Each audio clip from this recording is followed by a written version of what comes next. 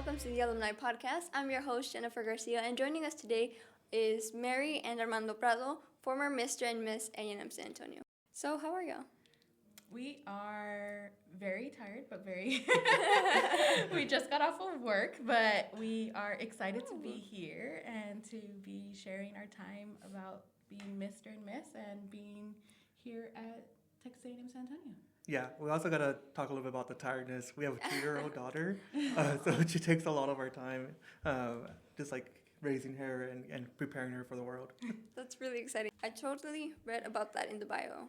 Yeah. Okay, let's go ahead and start with how your journey started here at A&M San Antonio. Were you traditional students or... Yeah, I mean, I would say kind of like in the mix. So when we started at A&M San Antonio, there was only one building, the Madla building, and it was predominantly non-traditional students that were all junior or senior level students.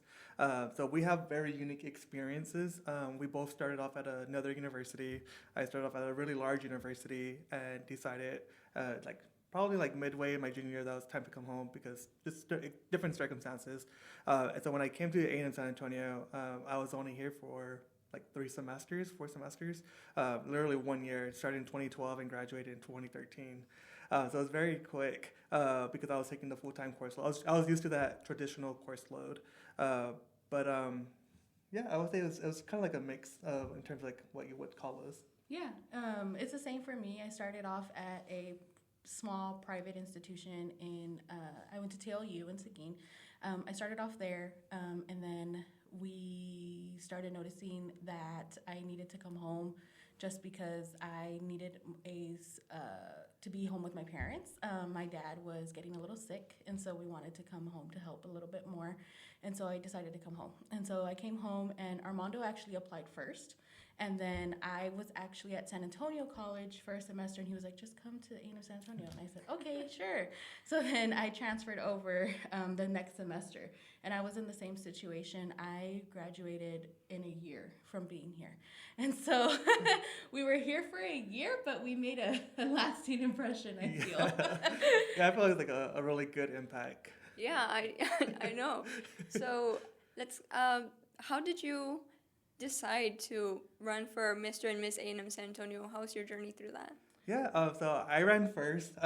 So I started in like the summer of 2012, and then to apply for Mr. A&M San Antonio, the application opened up for like the fall semester. So I was already here for it was a long summer, I feel like, but for me, it was like something to help myself become more involved. It was a small student body at that time, like maybe 2,000, 3,000 students. But again, we're all kind of like night school. All of our classes were at night. So I wanted to be more involved with the university and kind of get myself out there, right? And I feel like that was like the perfect opportunity to run as Mr. A&M San Antonio. So I ran for election and I got voted. And I was like, wow, this is kind of cool. And then, yeah, I became Mr. A&M San Antonio. And then I'll let Mary talk about her experience. Yeah, so Armando ran, and then controversy. No, I'm just playing. He ran by himself, and then I was working with SDL, which is Sigma Delta Lambda. I was working on campus with them, and they were like, oh, there's going to be an opening for Miss. And so I was like, well, I guess I should run. And my sisters were like, you should run, so that way it's like you and Armando together. Because at that time, Armando and I were already together. We've been together since 2010. And so when we came to A&M San Antonio, we were already boyfriend and girlfriend. So they were like, just run together. It would be cool. And I was like, okay. And so we ran together, and I ended up getting it. And so we both he was already crowned, and then they had a crowning ceremony for me, but he was already crowned, and then they just had us put together. Yeah, it was a unique experience because like the Miss A&M San Antonio that got crowned with me in the beginning, she couldn't fulfill her duties, so then they had to do a re-election for a new Miss. So we did a whole new ceremony in the spring, right before Fiesta. Mm-hmm. Yeah, that's really exciting. So you mentioned Sigma Delta Lambda, and you helped establish that, right? Can you tell me about that? Yeah, so when I was at Texas Lutheran University, I wanted to join a sorority, but I wanted to make sure that it embodied who I was as an individual. I'm very proud of my background of being a Latina, and I wanted to be a part of an organization that connected with that. And so SDL has a foundation of being Latina-based, but we are multiculturally focused, and so because of that, our sisterhood has changed. And so when I joined SDL at Texas Lutheran, I did not want to come here and just like forget about my letters, because for us, our letters are forever. And so I decided, with the help of Melissa Mejia, who was another sister here, but she was in her graduate program, and she was doing her counseling degree. And so with the help of her, and thankfully I had Jolene Desroches. She was in charge of the student activities at that time, and Christina Martinez, and they were in charge of student activities at that time. And they helped me with the process of bringing the organization. I was also a Jaguar Ambassador, and so because of that, I kind of knew what I needed to do, and I knew all the ins and outs. And so I started with getting students interested, and so I helped a lot of other sisters within San Antonio and within San Marcos and Austin came down, and they would help me recruit sisters to join. And so we had our first line in fall 2012. Yeah. So we had our first line in fall 2012. I crossed fall 10, and so fall 2012 is when we had our first line, and we've been continuing on with our sisterhood here. You know, the former Jaguar Royal was also SDL. Yes, so it's been pretty common that SDL and ODFI kind of have a lot of royalty on campus. The Mr. and Miss after Armando. So there's, before Armando and I, there are two. There it's like two officially, and then one like unofficially, but they're crowned. So we're considered like the third or fourth one. Yeah. And so the ones after us are both ODFI and SDL as well. And then some of the others after us as well. Yeah. So there's a lot of them. Cassandra, shout out. Yeah. Yeah, that's really cool. Speaking of, you, Armando, you also helped establish the Omega Delta Phi. Yeah, so yeah, kind of like following in Mary's footsteps, right? Like when we like first started dating, she was going through the pledge process for SDL, and I was like, oh, that's interesting, that's kind of cool. And when I was at the university I was at before, I was kind of like interested in Greek life, but didn't like really like do it. But then when I came to A&M-San Antonio, I was like, you know what, Mary's gonna bring a sorority here. Like maybe it's a time for me to like investigate that further and look into starting a fraternity here. So yeah, I reached out to a fraternity that I was familiar with already, that I had been in contact for a few years now. Like I had a lot of good friends in that organization, and I really like who they were. So they are like a Latino founded fraternity, but now they're like a big multicultural organization.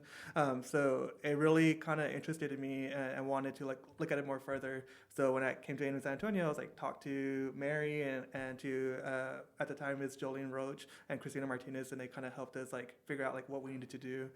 We got a lot of the kind of like regional brothers of Omega Delta Phi to come and help recruit as well. And then I started the pledge process. So it's kind of unique. Like Mary was like helping girls get interested and like learn more about her sorority. And me, I was like learning about this whole fraternity and like starting a chapter. So I am considered the founding president for Omega Delta Phi fraternity. And at the time, there wasn't any Greek organizations. So we were literally the first Greek organizations on campus, which is kind of cool to see them still active today. My fraternity is considered a service-first organization like Mary's. So we do a lot of activities with the community. And then we have like our different social events as well. That's awesome. You two are legends. So being a college student has its challenges with a lot of multitasking, but you two were also student leaders, and y'all were in a relationship, so I'm sure that was very challenging sometimes. How did you both get through that? Yeah, I think it was just like our community that we kind of built together. So we had a lot of mutual friends because of our organizations that we were involved in.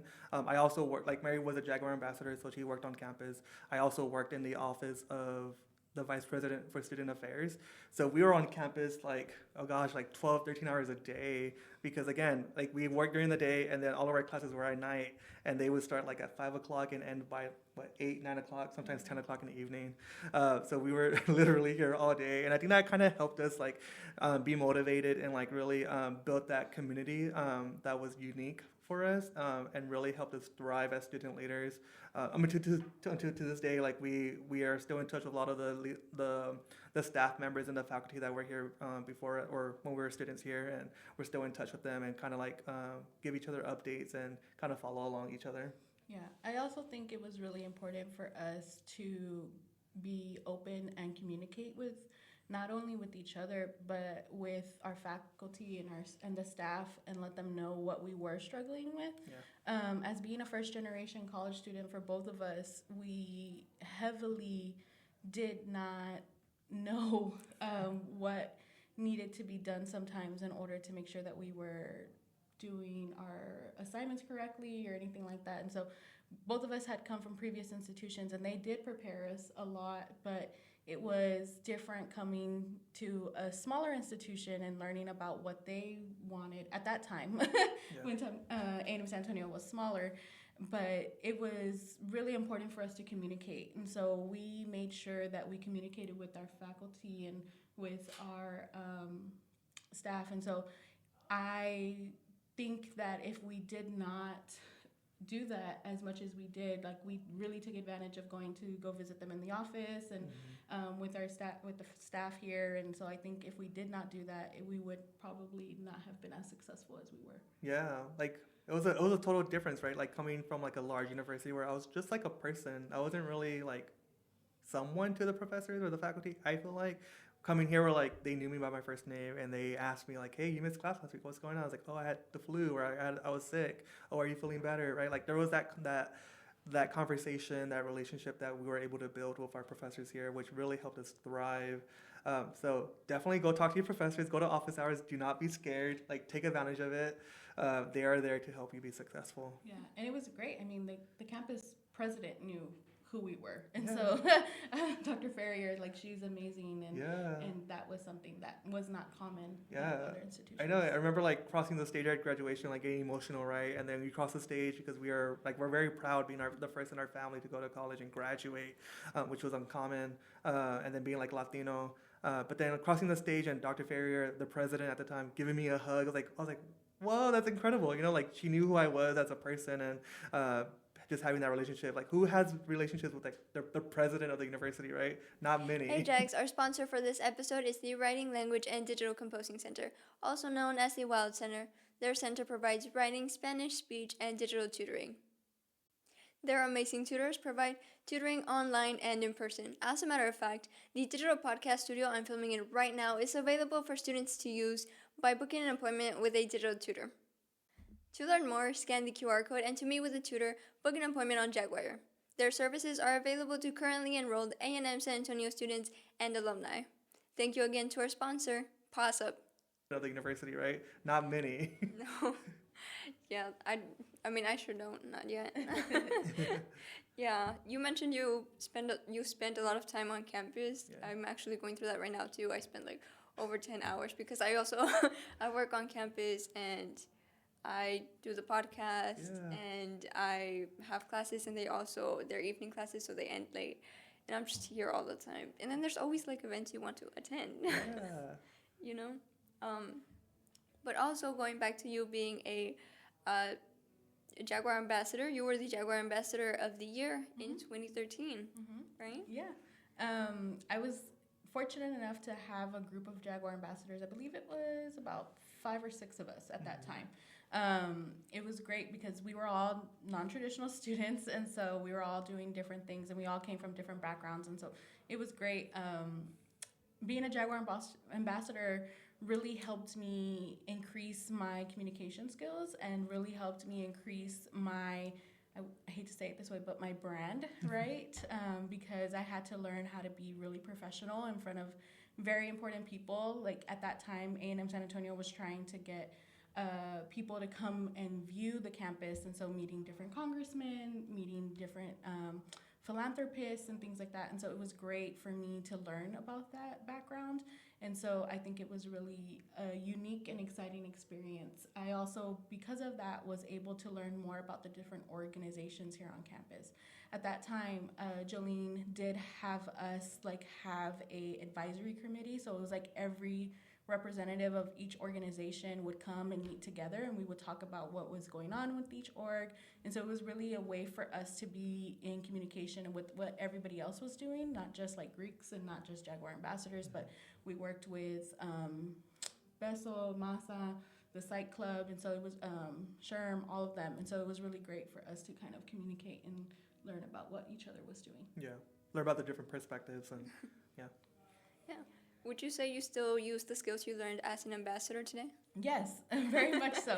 I'm a project director, so I meet with a lot of different people on a daily basis, and I have to make sure that I am professional when I meet with those individuals, and so making sure that my brand is correct is very important. So yeah. Right. And then Armando, you were the Jaguar Student Leader of the Year in 2013. Yeah, such a really good, unbelievable accomplishment. Like, I didn't think I would get such an award, but receiving it was like, wow, this is really cool. Like, to see all your hard work kind of pay off, right? Because again, we were busy on campus. We were involved with Campus Activities Board, CAB, and then SGA, and then like our own organizations, our fraternity and sorority, and then I was also part of like the criminology club. So there was just a lot of things that kept us busy. So to kind of get your hard work recognized was kind of cool. That's awesome. Yeah. Now you both received the President's Ring Scholarship, right? Mm-hmm. Yes, we did. Yeah. I am very grateful that I was able to receive that. At that time, we had to write like an essay and like why we wanted to receive it, how was it important to us, and what was the meaning behind the ring. Like I stated earlier, I am the first in my family to go to college. And so being able to have my ring is really important to me. I don't have it on right now, but that's because after pregnancy, I have changed. My ring size has changed, so I have to resize my ring. But I love it. And so it's really great for me to be able to go out in the community and people see my ring and they know that it's an A&M-San Antonio ring. And so we were part of the first individuals that did get to have a ring ceremony. That's how we've been here a long time. So we were one of the first individuals that got to have a ring ceremony. And so that was really amazing because it was kind of it's not the same as it is now, but it's really great that the tradition has evolved and been enhanced throughout the years. And so I think it's really cool now how they take the rings and they take them to the zoo so that way the Jaguars can see them. That's amazing. And I just feel thankful that I was given an opportunity to be able to be a part of that first class. No, absolutely. I mean, I still remember that day. It was crazy. 2013 was the year that they did the first ring ceremony right in front of Madla, where the statue is now. Maybe a little bit more further closer to the rotunda, but we did have a seal as well. It was more like a makeshift one, a lot smaller, but we did have the opportunity to like place our ring over, like on our fingers over the seal, which was kind of cool. A lot smaller, I guess, like in terms of the event, but they still do it today, which is kind of cool to see. I have my ring on, and everywhere I take it, like even like when I was in grad school, I would get so many compliments. Like everyone's like, "Wow, your ring looks so cool!" Like, yeah, it's like my Tamusa ring. I love my ring. So like to have this and then to receive like that scholarship, I remember like I don't remember applying honestly, but I remember like getting an email from I think it was like Dr. Ferrier's administrative assistant saying like, Dr. Ferrier wants to talk to you. I was like, oh, why? Like what's going on? And then meeting her, like going to her office in Madla, and then her telling me like, hey, we want to recognize you and we want to give you money, the scholarship to pay for your ring. I was like, wow, okay, cool, this is awesome. Yeah. Free ring. Yeah. Yeah. So you both have a very special connection with the campus as you grew here as student leaders, and you want that connection to carry on with your daughter. Yes. Yeah. We have not brought her to the campus just yet. No, wait, we did. We did bring her. We brought her through Festival de Cascarones. And so if you've never come out to Festival de Cascarones, make sure you do. But our daughter, we love the fact that she's growing around education. Education is a big part of Armando and I's life. We both work in higher education, and so we want to make sure that she gets the best out of higher education. And so it's really amazing to meet a lot of professional individuals who work at institutions who are willing to like work with her and stuff like that. Because like we meet people and they're like, when is she gonna come and be a Jaguar? And we're like, yeah, we got a few times. Maybe by that time we'll be huge by that point. But and so we're really excited to see what she decides to do in the next few years. Yeah, we brought her a couple of times, like again to the festival of Cascadones. We come every year. We do the alumni brunch, and then we do the VIP reception with the president, which is kind of cool to be invited back. But yeah, we're excited to see our daughter Amelia grow along with the university, right? I feel like we come every year and it's like a different campus. Yeah. We love seeing the construction and like all the different apartments and houses across the street. Like, it's really cool to see. Yeah, I feel like a very old person when I come by because I'm like, back in my day, there was one building. And this was all run by pigs. This was all run by javelinas. Like, there was nothing else here. Yeah, there used to be a lot of javelinas, like a lot. We used to have to like make sure you got in your car pretty fast. Yeah, there's also cows and donkeys and horses and we used to every wildlife. Yeah. Yeah. But, I know I've heard wild stories of the actual wildlife. That's really amazing. Your daughter is, I'm sure, already a Jaguar in spirit. Yes. We'll wait till she gets here, and by the time she does, Yes. the campus will be much bigger now. Yeah. So do you two have any advice for any students that want to be A&M-San Antonio royalty? Yeah, I think one of the biggest thing is that you have to make sure that if you do want to be royalty, that you want to be royalty for the right reasons. It's not just like, oh, I get to do all these fun things. Like, you are a representation of the university, and you want to make sure that you have pride in your university.